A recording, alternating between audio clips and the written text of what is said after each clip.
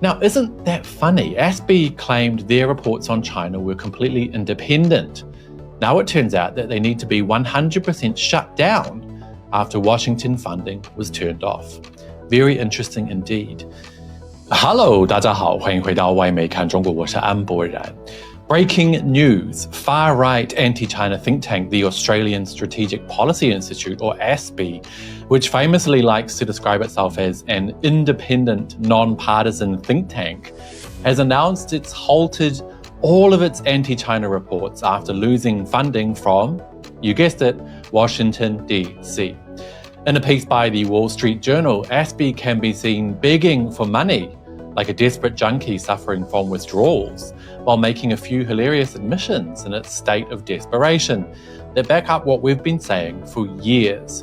The Aussie think tank's anti-China hit pieces were solely funded by the US State Department. And that's while they were busy accusing people like me of being influenced by a foreign government.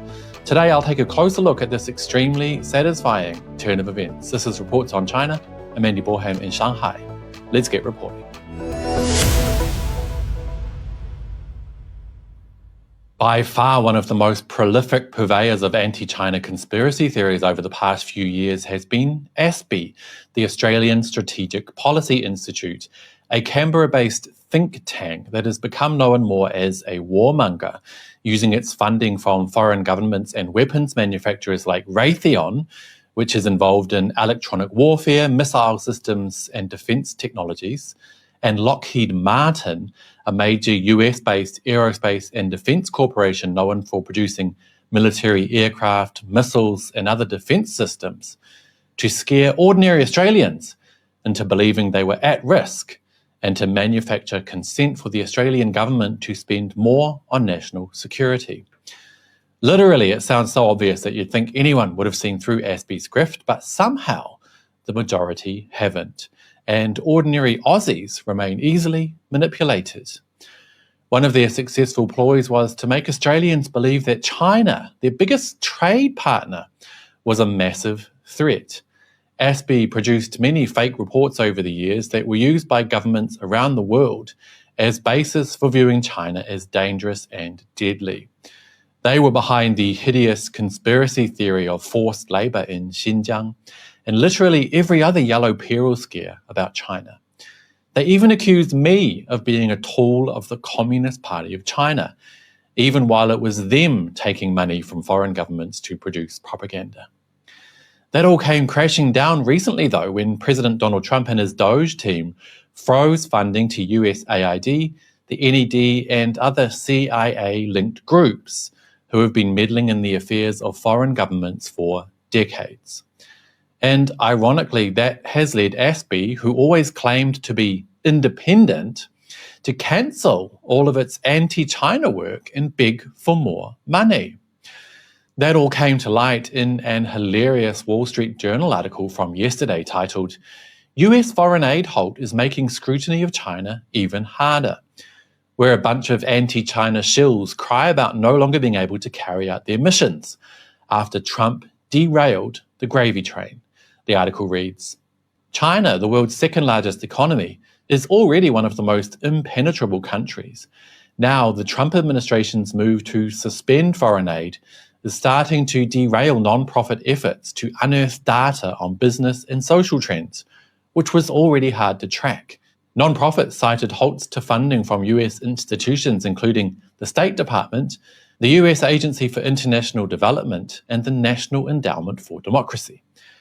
Activists and non-profit executives say the shutdown is forcing non-government organizations to suspend or stop their research. LOL, you just have to laugh, right? Let's skip to Aspi's part. The Australian Strategic Policy Institute, a Canberra-based think tank, said the US funding halt has prompted it to stop work on China-related research and data projects worth about $1.2 million. Like many NGOs, we're waiting to hear whether this work will proceed in the months to come, said Danielle Cove, Aspi's Director of Strategy and Research. In the meantime, we're looking for alternative support and staff have been moved to other projects where possible. The US government was the key funder of large grants on topics focused on China, Cave said.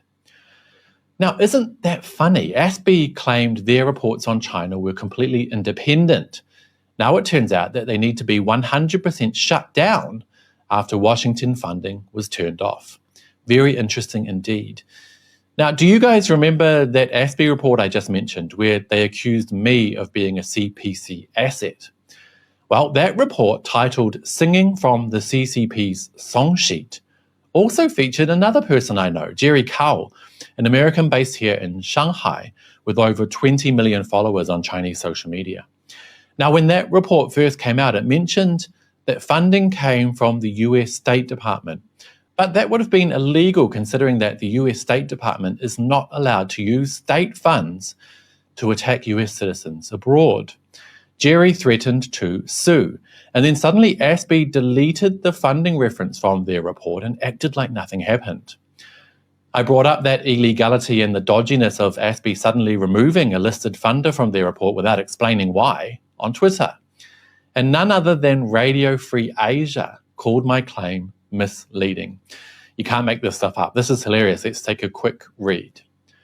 Pro-Beijing social media users claimed that a report issued by an Australian think tank on the role of foreign influences in China's propaganda system was funded by the US State Department. But the claim is misleading. The think tank originally stated on its website that the funding of the report was provided by the State Department, but this was an error that was later revised. The claim was shared on X, formerly known as Twitter, on November 25 by Andy Borham, a New Zealand citizen based in Shanghai. Who makes an error like that about something as important as funding? And how ironic that they discovered the error and quickly deleted it right when they were threatened with legal action. Very fishy.